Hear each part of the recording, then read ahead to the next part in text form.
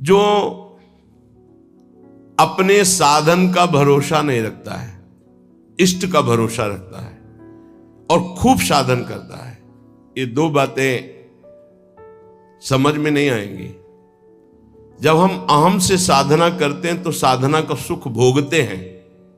आज हमने परिक्रमा की, आज हमने ये किया, आज हमने ये किया, वो अहम हर्षित होता है, हर्षित होता है। ये भगवत प्राप्ति नहीं करा पाएगा, क्योंकि जब तक अहंकार है तब तक भगवत प्राप्ति नहीं होती। इसीलिए सर्वेषु साधन वरेश चिरम निराशा। साधन हो रहा है पर मुझे कृपा का भरोसा है लाडली की। ये प्रायः साधक ना समझ पाने के कारण कहते हैं जब कृपा से हो जाएगा तो साधन करने की जरूरत क्या है, तो असाधन करोगे। तो कृपा प्राप्ति के लिए मन कर्म वचन छाण चतुराई, भजत कृपा करिए रघुराई। मन कर्म वचन त्रिशुद्ध सकल मत हम श्री हित हरिवंश उपासी। वृंदावन में विराजमान सहचर्यों के मध्य में प्रिया प्रीतम की रात दिन सेवा भजन उपासना परिक्रमा ये सब कर रहे हैं, पर हमें भरोसा लाडली का है, अपने साधन का नहीं है। इस साधन से लाडली मिलेंगी ऐसा नहीं है, नहीं, ये तो सब हो रहा है उनकी कृपा से, पर मुझे भरोसा है मेरी लाडली अपनी कृपा से मुझे मिलेंगी। ये जल्दी समझ में नहीं आता, जब तक अहंकार है समझ में नहीं आएगा, आगे समझ में आ जाएगा। करते रहो, जब कृपा हो जाएगी, अहंकार गलित होगा, तब ऐसा अनुभव होगा। तो दुत्रैकांति, 2 या 3 ऐसे लोग पाए जाते हैं। भाव समझना, कह रहे पूरे विश्व में ये बहुतायत अंगुलियों से नहीं गिने जाते प्रेमी जन,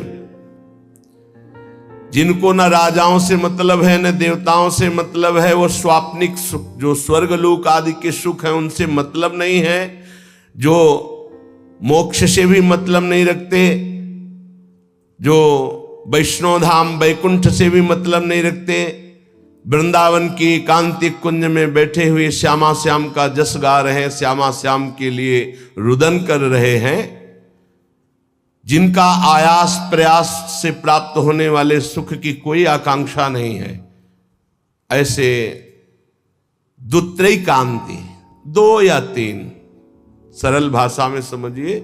जो कहो हरिवंश रस बिरलो समझन हार, एक दोई जो खोजिए पाई सब संसार। संपूर्ण संसार में एक दो है। एक बार भगवान वल्लभाचार्य जी से उनके एक प्रिय धनी शिष्य ने कहा, आज हमारी इच्छा है कि 100 विद्वान ब्राह्मणों को भोजन कराएं। बोले बहुत सुंदर, यदि एक 12 तिलकधारी कंठीधारी आचार्य परंपरा से युक्त वैष्णव को पवा दो तो 100 ब्राह्मणों को पवाने का फल प्राप्त हो जाएगा। ओहो, ऐसा वैष्णव की, तो प्रभु हम 100 वैष्णव पवाएंगे। तो उनका एक अश्रुपूरित, आंखों से अश्रु बह रहे, शरीर पुलकित है, कंठ गदगद है और नाम में रत है, ऐसे प्रेमी महाभागवत को पवा दो तो 100 वैष्णवों के पवाने का तुम्हें फल प्राप्त होगा। तो बोले भगवान 100 प्रेमियों को पवा देते हैं। तो वल्लभाचार्य जी के आंसू आ गए, प्रेमी 100 नहीं, प्रेमी तो 1-2 ऐसे मिलते हैं। कैसे प्रेमी? यहां शर्त है, जिनका ना राजाओं से प्रयोजन है, ना देवताओं से प्रयोजन, ना वैकुंठ से प्रयोजन है, ना मोक्ष से प्रयोजन, केवल प्रियालाल के लिए तड़प रहे गदगद सुर, नैना सजल दंपति रस रहे भीन, ईगति वृंदा विपिन में फिरे प्रेम तल्लीन। ऐसे प्रेमी जनों का सानिध्य और दर्शन, ये विशेष भगवान की कृपा होती है, विशेष कृपा। श्रीपाद कह रहे दुखान्येव सुखानि, ये प्रेम प्रेम। विद्य यशो जानी कीर्तिम परा, मन्ने था अधमश्च दुष्परिभवान सम्मानवत् सत्तमयी।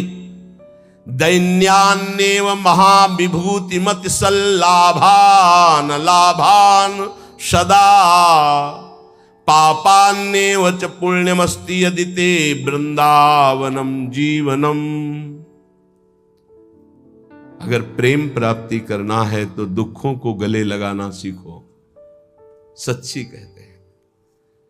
फिर हृदय की बात कहते हैं, जब सब दुख एक साथ घेरते हैं तभी प्रेम के सहने की सामर्थ्य आती। ध्यान रखना, इस प्रेम को भयानक विपत्ति और रोगों से युक्त करके ही सहा जा सकता है, अन्यथा नहीं। ये सबकी समझ में नहीं आएगा, भयभीत मत होना। इसका समन ही होता भयानक कष्ट में। भयानक कष्ट की स्थिति में ही प्रेम का समन होता है।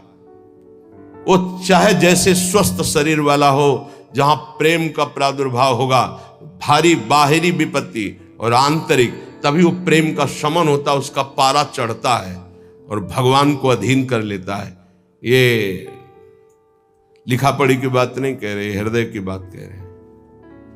वैसे भी भगवान ने युधिष्ठिर जी से कहा, जिस पर मैं परम कृपा करता हूं उसका सर्वनाश कर देता हूं। चाहिए परम कृपा, जिस पर परम कृपा करता हूं सर्वनाश कर देता हूं। ये शब्द है। क्या सर्वनाश करता हूं? धन का अपहरण कर लेता हूं, स्वजनों का अपहरण कर लेता हूं, कोई उससे बात नहीं करेगा, किसी काम का नहीं रह जाएगा। तब उसका सीधा अर्थ भाव मेरे से होता है और फिर मैं उसे निहाल कर देता हूं। हिम्मत हो तो कूदो अखाड़े पे। नारायण अति कठिन है हरि मिलन की बाट, या में पग पीछे धरे प्रथम शीश दे काट। तो आप कहोगे फिर भक्ति करना ही नहीं। यहां चरम सीमा की बात प्रेम की हो रही। श्री कृष्ण का प्रेमी ऐसा वैसा नहीं होता, टिकुली बुंदा वाला नहीं होता, चूड़ी घांगरा वाला नहीं होता, वो परमहंस होता है। इनसे श्री कृष्ण रीझने वाले नहीं। चमड़े की चिकनाहट से अज्ञानी रीझता है, ज्ञानी नहीं, वो तो ज्ञान समुद्र है, सच्चिदानंद। ये जो बहुत बुरी तरह से है, वो तो अपने सब दर्शन होते हैं। जब सुबह मंगला में आते तो सब प्रकार के भगवान के दर्शन होते, विराट रूप के, छोटा बड़ा मंझोला रुद्र प्रेमी सब तरह के दर्शन होते। तो उसमें जैसे अब वो जो लाल लाल ऐसे तो बहुत ही बुरा लगता है, ऐसे तो धो के मुंह खड़े हो जाते तो अच्छा लगता। अरे इस शरीर को सजाने से श्री कृष्ण मिलते हैं भैया। बढ़िया रज यमुना किनारे के मुंह में लगा के आते तो दर्शन मात्र से हृदय शीतल हो जाता, निष्पाप हो जाते हैं ऐसे दर्शन से। जैसे कुछ साधक ऐसे करके ऐसे दर्शन मात्र से निष्पाप हो जाओ, क्योंकि वो रज लगी जो शिव शनकादि की याचना करते हैं। कुछ ऐसे उपासक जिनको कहते हैं कि रज लगाइए मस्तक पर भरकर, तो उनको बेइज्जती लगती हो, ऐसे पतला और गोरा चिकना शरीर रख लो, इसको रखे रहना, इसकी दुर्दशा होगी। अभी नहीं मान रहे हो ना? नहीं, बाल तो नहीं मुड़वा सकते, बाल नहीं, एक भी शरीर का कोई अंश तुम्हारा ठीक नहीं बचेगा, आग लगा दी जाएगी इस शरीर में जितना दुलार करते हो। मान लो, अभी मान लो तो जान जाओगे तो पा जाओगे, फिर कुछ पाना बाकी नहीं रहेगा। मान लो, इस चमड़ी और दमड़ी से जिसने अपनी प्रीति हटा दी वही प्रिया प्रीतम से प्रीति कर पाता है। रुपया, भोग, शरीर, यही बाधक है भगवत प्राप्ति में, यही समझना है। दुखान्य व सुखानि, इस मार्ग का उपासक दुख को सुख मान करके चलता है। ये बहादुरों का मार्ग है। हम तो धन्यवाद देते हैं कि आप ऐसा सत्संग सुन रहे हैं, नहीं तो प्राय इतना दान करो तो ये मिलेगा, इतना करो तो ये मिलेगा, यही सुनने के लिए तैयार है। लेकिन ये आप सुन रहे हैं, हमारे ऊपर बड़ी कृपा कर रहे हैं, क्योंकि आप सुन रहे हैं तो सुनाने का उत्साह बढ़ रहा है, नहीं इसे सुनने की योग्यता खो दी है। आज हमारी समाज सत्य सुनने की योग्यता खो दी है, क्योंकि अंदर मनमानी आचरण तो कौन सुनेगा इनको। शास्त्र रखे के रखे रह जाते हैं। सुनाने वाला चाहता है आपका मनोरंजन हो, आप चाहते हैं अपने मन का मनोरंजन। दोनों के तार मिल गए तो तालियां बजती हैं।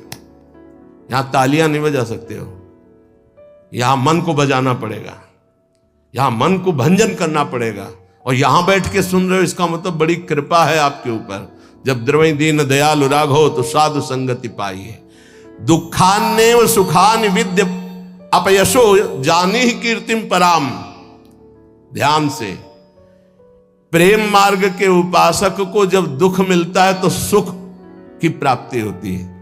पक्का पर यह समझ में नहीं आएगा। भारी जब दुख की, आप क्या समझते हैं, भारी दुख की स्थितियों को देखा गया, तब जाकर के उस परम सुख में चढ़। ये बहुत वैज्ञानिक तरीके से अनुभव की बात कह रहा हूं कि पावर चाहिए ऊपर चढ़ाने के लिए। जैसे कोयला झोंका जाता है, उससे अग्नि बनती थी, तब इंजन में पावर से वो रेल चलती थी।